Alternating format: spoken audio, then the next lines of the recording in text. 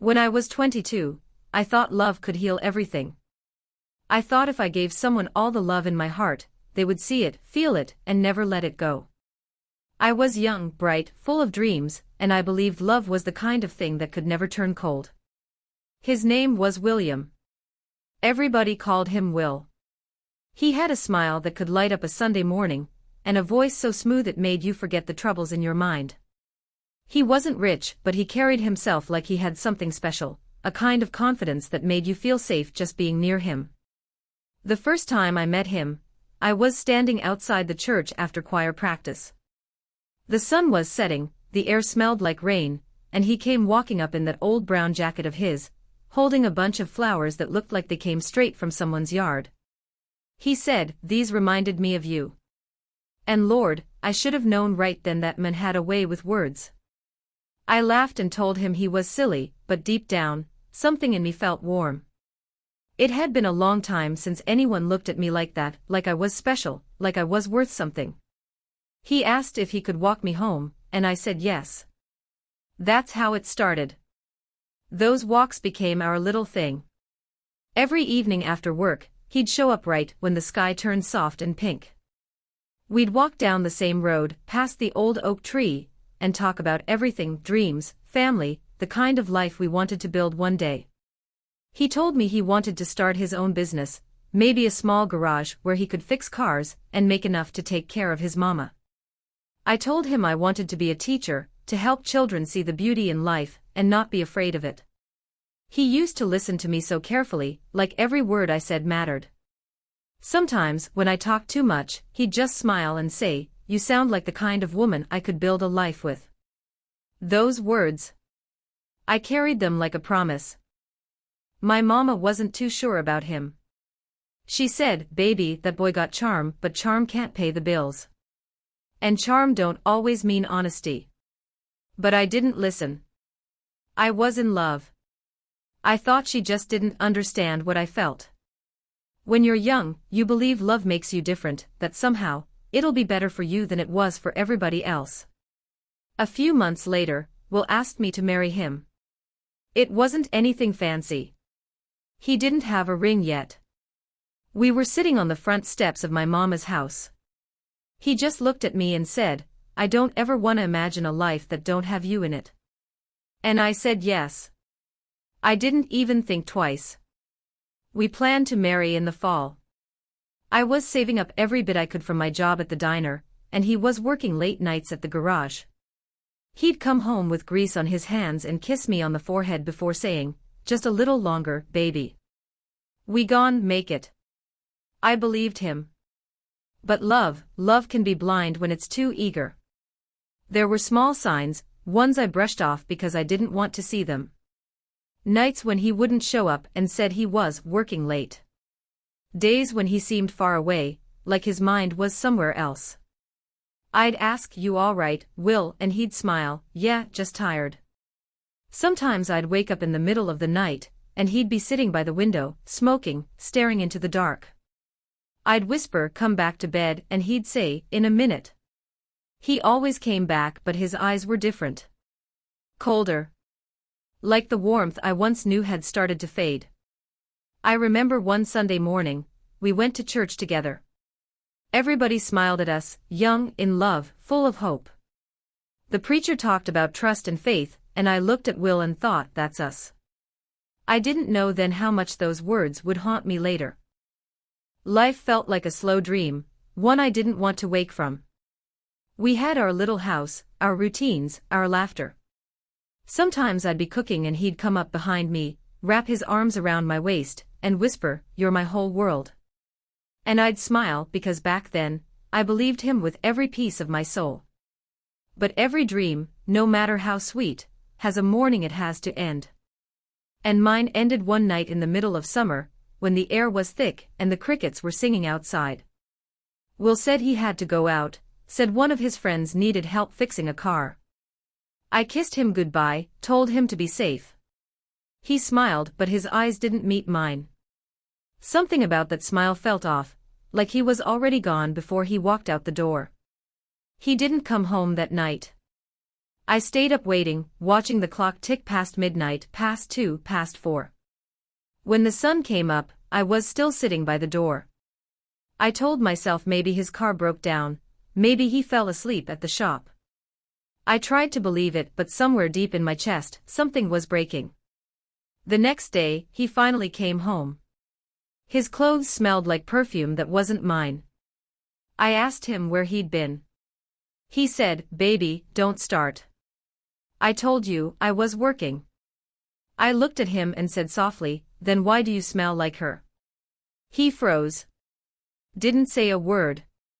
And in that silence, I felt the truth fall heavy between us, a truth so sharp it cut right through me. That was the night my soul began to break. I remember standing there, staring at him, trying to understand how the man I loved could lie to me so easily. I wasn't angry yet. Not really. I was hurt in a way that words couldn't reach. My heart felt heavy, like someone had tied a stone to it and threw it into deep water. He kept saying, "Ain't nothing going on, you're just overthinking." His voice was calm, almost too calm. That made it worse. I wanted him to fight for me, to explain, to cry, to show me that what we had still mattered. But he didn't. He just looked tired, like he was done pretending. For the next few days, we barely spoke. He'd leave early, come home late. I'd sit by the window, watching the streetlights, hoping to see his car pull up. Sometimes he wouldn't come home at all. I'd call the shop and they'd say he hadn't been there since afternoon. My chest would tighten every time. Still, I waited. Because when you love someone, you try to believe in them even when your heart already knows the truth. One evening, I decided to walk down to his workplace. I thought maybe if he saw me, if we just talked, we could fix things. The walk felt long, heavier than usual. When I reached the garage, one of the men looked at me strange and said, "Will. He left a while ago." I asked where he went, but nobody knew. Or maybe they did and just didn't want to tell me. I remember walking back home with my hands shaking. The air was warm, but I felt cold inside. Every step I took felt like I was walking farther from the woman I used to be, the one who believed love was enough. That night, he came home past midnight again. I didn't say anything at first. I just looked at him. He tried to kiss me, and I turned away. "Will," I said softly, "if you don't love me anymore, just tell me. Don't lie to me." He sighed, rubbed his face, and said, "You making something out of nothing." I said, "Nothing doesn't smell like another woman's perfume." He looked at me for a long time. His eyes were tired, distant, like he was already somewhere else. Then he said words I'll never forget. "Maybe I just need space. Maybe we rushed things." It felt like the floor dropped from under me. My breath caught in my chest. I whispered, "Space. After everything we've built." He didn't answer. He just walked out. The door closed behind him, and it felt like my whole world closed too. I sat on that floor till morning, crying quietly so the neighbors wouldn't hear. I prayed, not for him to come back, but for the strength to keep breathing. Days turned into weeks. I tried to act strong, told everyone he was just sorting some things out. But inside, I was breaking piece by piece. Mama came by one afternoon and saw the look on my face. She sat down beside me and said, "I told you, baby. Some men don't know how to hold something good. But that don't mean you stop being good." I broke down right there in her arms. I told her everything, the late nights, the lies, the silence. She didn't say, "I told you so." She just held me tighter and said, "You gone live through this. Pain don't kill you, it teaches you how to see clearer." About 2 weeks later, Will came back. Just like that. Knocked on the door like he hadn't been gone for days. I opened it and he looked rough, unshaven, eyes red, smell of whiskey on his breath. He said, "I'm sorry." That's all. Just 2 words. I stood there, frozen between love and pride. I wanted to scream, to ask where he'd been, who she was, why he broke the promises he made under the stars. But I couldn't. Because even though he'd hurt me, I still loved him. And sometimes love makes fools out of strong women. So I let him in. I told myself maybe this time it would be different. Maybe he realized what he'd lost. For a few weeks, things got better. He held me close again. He came home on time. He made me laugh. I started to believe in us again. But deep down, I knew something wasn't the same. His eyes never looked at me the way they used to. He'd drift off in the middle of our conversations. Sometimes, when I'd talk about the future, he'd go quiet and just nod. Like he was there in body, but his heart was somewhere else. One night, I found a letter in his jacket pocket. It wasn't long, just a few lines written in a woman's handwriting. I miss you. Last night meant everything. My hands went cold. My knees felt weak. I sat down and read it again and again until the words blurred with my tears. When he came home, I was waiting. The letter was on the table. He saw it and froze. For a second, he looked like a boy caught in a lie. Then he sighed, sat down, and said, "I didn't mean for you to find that." I said, "So it's true." He didn't deny it. He just looked down, ashamed. I asked, "Do you love her?" And when he looked up, the silence in his eyes told me everything I needed to know. That was the night I packed his things. I didn't shout. I didn't beg. I just folded his clothes, one by one, with hands that were shaking. He tried to speak, but I said, "Please, just go." My voice cracked, but my heart knew it was time. When he left, it felt like my chest was hollow. Like my heart had forgotten how to beat. I sat on the edge of the bed we once shared and cried until there were no tears left. I cried for the girl who believed in forever. I cried for the woman who had to learn the truth the hard way. For weeks I couldn't sleep. Every sound made me think he was back. I'd dream of him walking through the door, saying he was sorry, saying he'd changed. But the mornings came empty. Only silence. Only loneliness. One evening, I walked down to the river near our old spot. The sun was setting, the water calm. I stood there and asked God, why does love hurt like this? Why do good hearts always get broken first? I didn't get an answer, but the wind blew soft and somehow, I felt like maybe that was enough. Life didn't stop, though. I still had to get up every morning, still had to go to work, still had to smile at folks who didn't know my heart was shattered. I started keeping busy, cooking, helping Mama, singing in the choir again. Some nights I'd write letters I never sent. Letters to him, letters to myself, letters to the girl I used to be. Slowly, I started to breathe again. Not fully, not freely, but enough to keep moving. Months passed. One afternoon, I saw him again. I was coming out of the market, and there he was across the street, standing by his car. He looked different, thinner, older somehow. When our eyes met, I froze. He walked over and said, "You look good." I didn't know what to say. Part of me wanted to ask him if he was happy. Another part just wanted to walk away. He said, "I think about you sometimes." I nodded and said, "I know." Then he said something I never expected. I was stupid. "You were the best thing that ever happened to me." I didn't cry. I didn't smile either. I just said, "Some lessons come too late." And I walked away. That night, I sat on my porch thinking about everything. The love, the lies, the pain, the healing. I realized something important: sometimes the people who break you are the same ones who teach you what real love should feel like. It took me years to stop blaming myself. For a long time, I thought maybe if I'd been prettier, quieter, more patient, he would have stayed. But the truth is, love doesn't leave because of your flaws.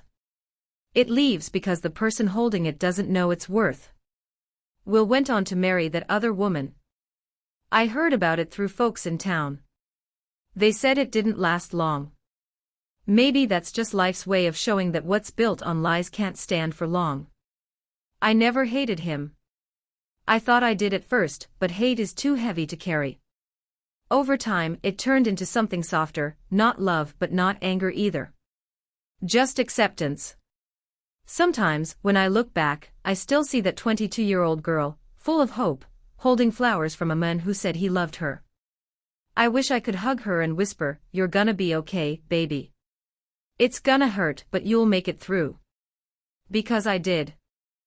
I learned that broken hearts still beat. They might beat slower, quieter, but they keep going. And one day, you wake up and realize you can smile again without feeling guilty.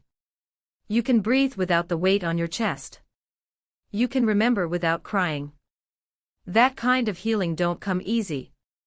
It takes time. It takes tears. But it comes. And when it does, it feels like peace, the kind that doesn't need anyone else to exist. Even now, after all these years, when the night is quiet and the memories sneak in, I don't feel anger anymore.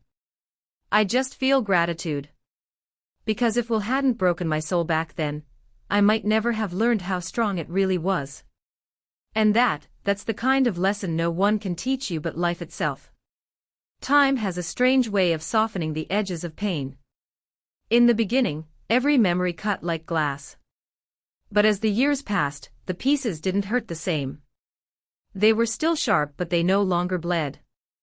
They just sat quietly inside me, like old scars that no longer cried out when touched. After Will was gone, I tried to rebuild my life. Not all at once, I didn't have the strength for that. I started with little things. Waking up early. Cooking breakfast even if I didn't feel like eating. Saying good morning to the neighbors. Going back to church even when it made me cry. The choir became my healing place. When I sang, I could let my pain out without anyone asking questions. Music has a way of carrying what words can't say. I'd close my eyes and feel every note reach the broken places inside me. Sometimes I'd imagine the sound lifting my hurt up to heaven, piece by piece. Mama was there for me every step of the way. She never said, "Move on." She just said, "Keep living, baby. That's how you heal." And she was right. Healing don't come from forgetting, it comes from learning how to live with the memories without letting them own you. About a year after he left, I decided to go back to school. I'd always dreamed of becoming a teacher, and I realized that dream didn't have to die just because love did. So I started taking classes again. It wasn't easy. I worked mornings at the diner and went to night school after. Most nights, I'd come home so tired I could barely keep my eyes open. But for the first time in a long while, I felt like I was doing something for me. I met good people there, classmates who didn't know my story but treated me with kindness anyway. One of them, a quiet man named Henry, used to sit next to me in class. He was older, calm, and had a gentle way of speaking. He never asked about my past, but sometimes he'd say things that made me think he understood what it meant to lose something. One evening after class, he walked me home. We talked about small things, books, dreams, the stars. He said, "You've got a strong spirit. I can see it." I smiled, a little shy, and said, "It's been through a lot." He nodded and said, "That's how you know it's real." We started walking together more often after that. I didn't think of him as anything more than a friend. I wasn't ready. My heart still carried too much history, too many ghosts.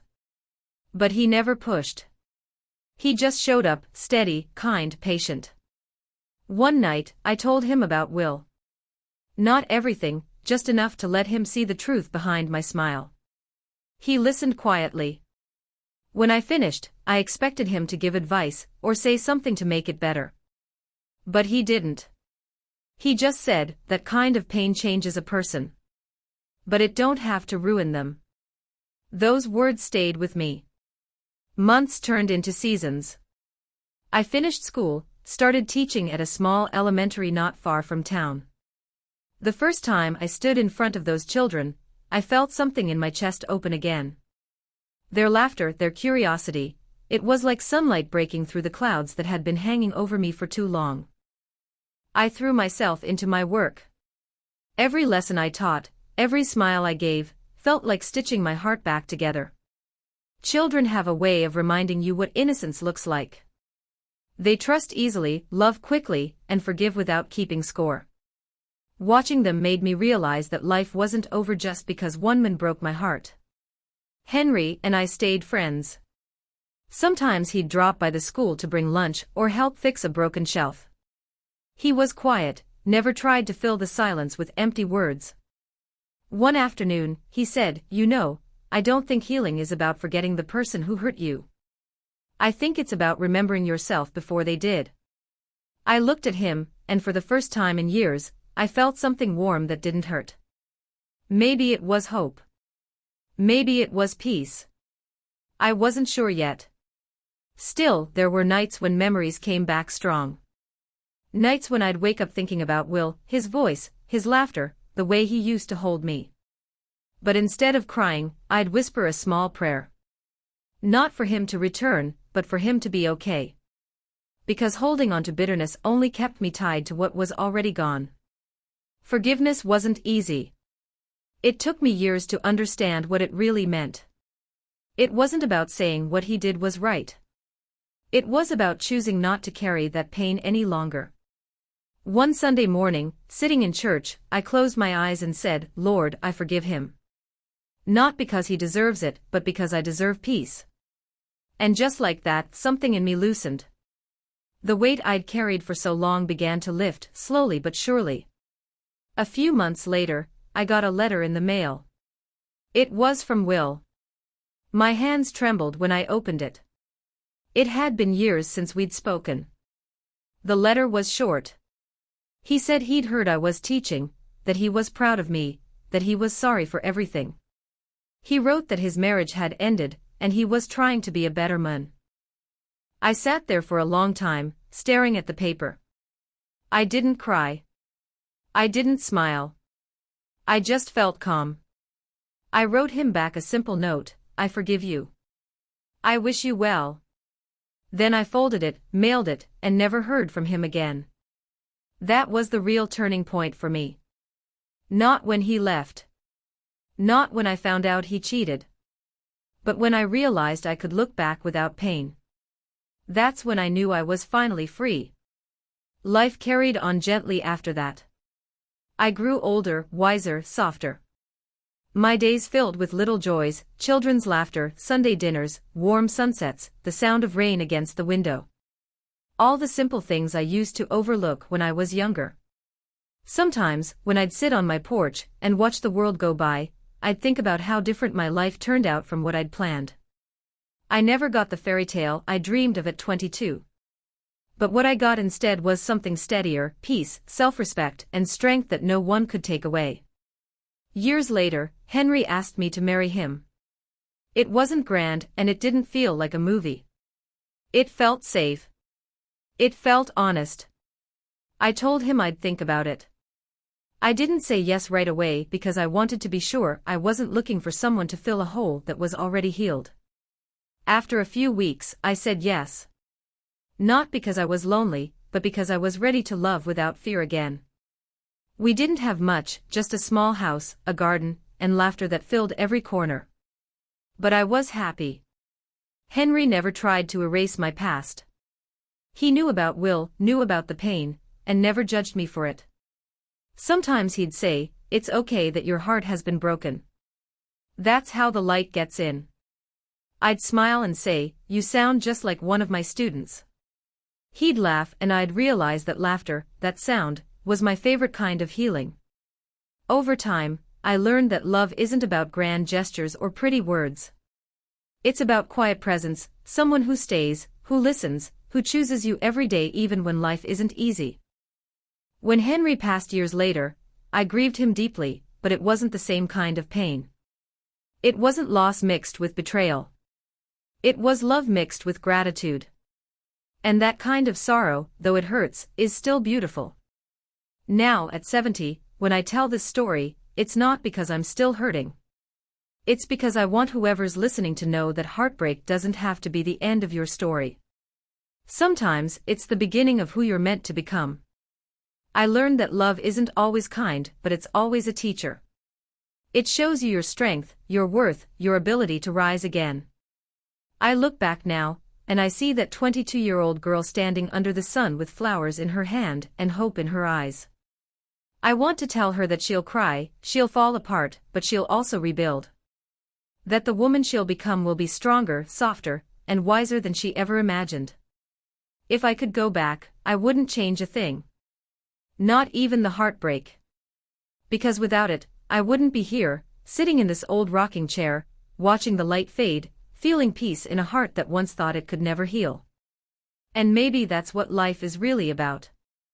Not about never getting hurt, but about finding beauty in the way you survive it. Sometimes I sit by this window in the quiet evenings and think about how much life I've lived. I think about all the faces that came and went, all the laughter, all the tears. Some days it feels like another lifetime, that young girl who once believed love could fix everything. Other days it feels like it all just happened yesterday. Life moves in circles, you know. You think you're done feeling certain things, but then one small moment brings it all back, a song, a smell, a line from a movie, and suddenly, you're 22 again, standing at the edge of a dream that's about to break. But the difference now is that I don't run from those memories anymore. I let them come. I let them sit beside me for a while, and then I let them go. Because they're part of me, part of the woman I became. There was a time I thought Will had ruined love for me forever. That I'd never trust again, never open my heart, never believe in someone's words. But I was wrong. What he broke wasn't my ability to love, it was my illusion about what love should look like. And maybe that's a good thing. Because real love, I learned, doesn't always shine. Sometimes it's quiet. Sometimes it's patient. Sometimes it grows slowly, like roots under the earth, steady and unseen. When I started teaching, I met so many children from broken homes. Some of them carried sadness in their eyes that no child should ever have. I saw myself in them. I saw what pain looked like when it was still fresh, still searching for a name. So I made it my mission to make my classroom a place where love was safe. Every day, I told them, you matter. You are enough. You are loved. Maybe they didn't believe it yet, but I kept saying it anyway. Because somebody once told me the same thing when I couldn't believe it either, my mama. One day, after class, a little girl stayed behind. Her name was Jasmine. She looked at me and said, Miss Marie, my daddy left. My mama cries a lot.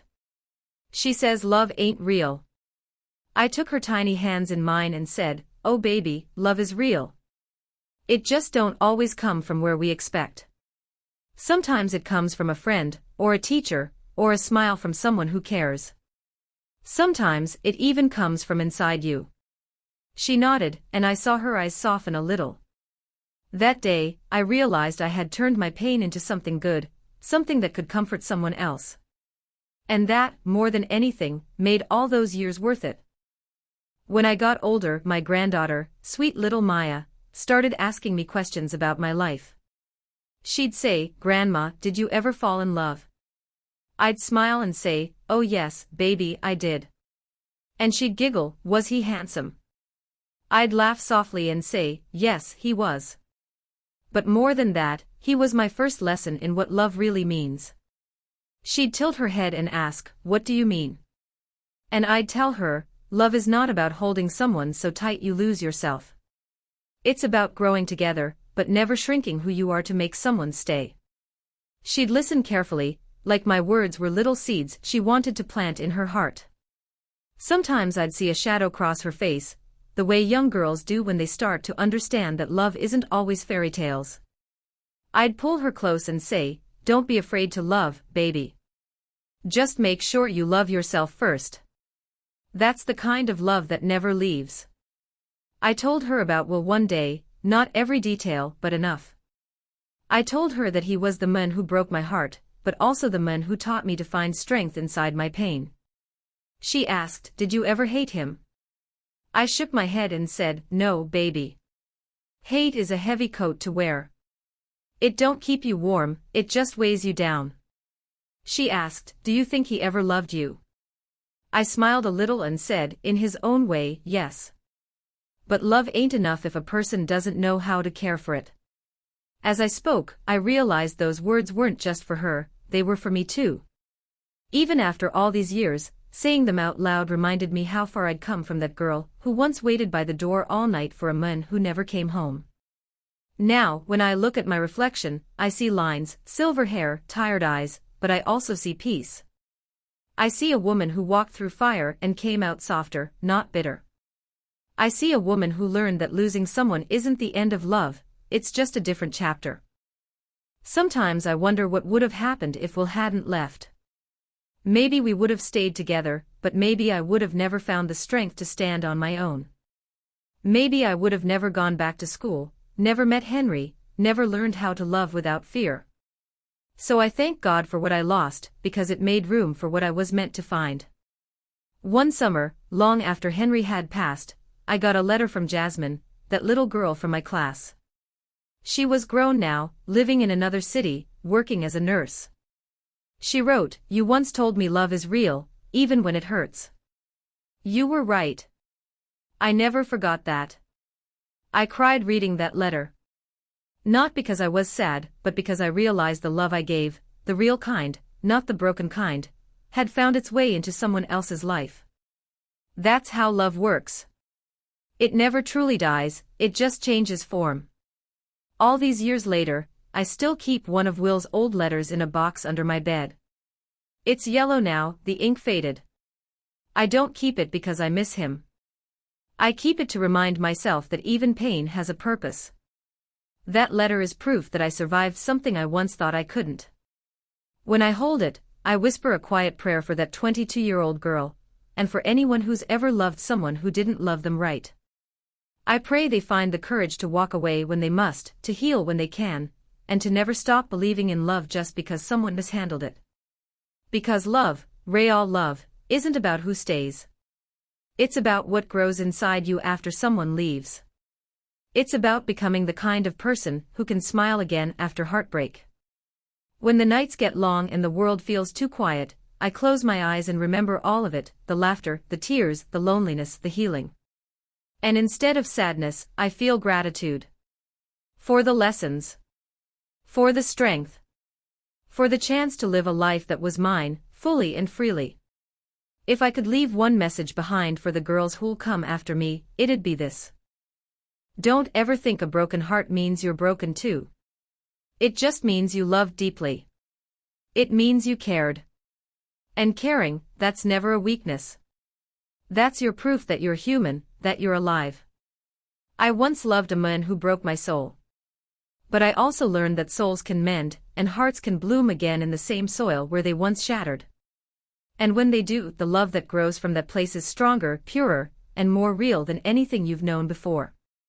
So I sit here now, an old woman with a full heart, and I smile. Because everything I lost brought me to everything I am. And I wouldn't trade that for the world. You know, when you get to my age, you stop chasing the whys and start accepting the what is. There's a peace that comes with that, a quiet kind of peace. You stop trying to rewrite the past and you start thanking it instead. Every heartbreak, every mistake, every goodbye, they were all lessons dressed in pain. For the longest time, I thought Will was the worst thing that ever happened to me. But now, looking back, I see he was just a chapter, not the story. He came into my life to teach me something no one else could. He showed me how deep I could love, and how strong I could be when that love was taken away.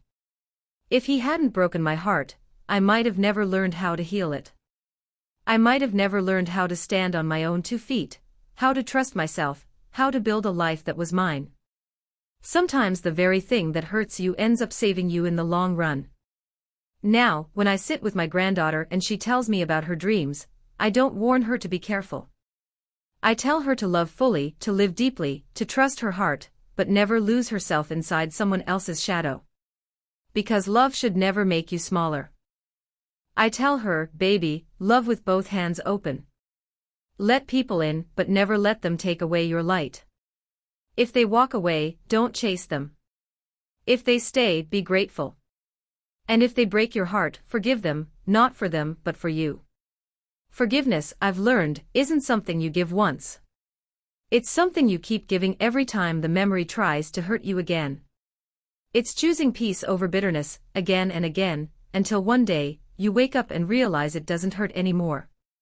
Some nights, when the house is quiet and the clock ticks slow, I close my eyes and think of that young woman I used to be, the one who waited by the window, who cried into her pillow, who thought her world had ended. I wish I could hold her hand now. I'd tell her, it's okay, baby. You're going to make it. You're going to laugh again. You're going to love again. And one day, you'll thank this pain for making you who you are. I think that's what growing old really is, learning to thank your scars. Because every scar means you survived something that tried to break you. And surviving, that's a kind of beauty the world doesn't talk about enough. Love will come in many forms in your life. Some will stay for a season, some for a lifetime. But the most important love, the one that will carry you through every storm, is the love you build with yourself. That's the love that makes you whole. Now, when I look out at the sunset, I don't feel sad about what I lost. I feel grateful for what I found: peace, strength, and the quiet knowing that my story mattered. It may not have been perfect, but it was real. And that's enough. If I've learned anything from all these years, it's this: life will break you sometimes, but it will also build you in ways you can't see yet. So when your heart aches, don't hide from it. Sit with it. Listen to it. Let it teach you. Because pain, when faced with courage, always turns into wisdom. I once loved a man who broke my soul. But I also learned that a broken soul can still sing. It can still dance. It can still love again. And maybe, just maybe, the most beautiful songs are the ones sung by hearts that have been mended. So if you ever find yourself standing in the ruins of what you thought was forever, remember this: you are not what you lost. You are what you found after. And one day, when you're sitting by your own window, watching the sun go down, you'll smile too. Because you'll realize that even the love that broke you once helped you become the person you were always meant to be. That's the truth, baby. That's life. And it's beautiful, even with the cracks.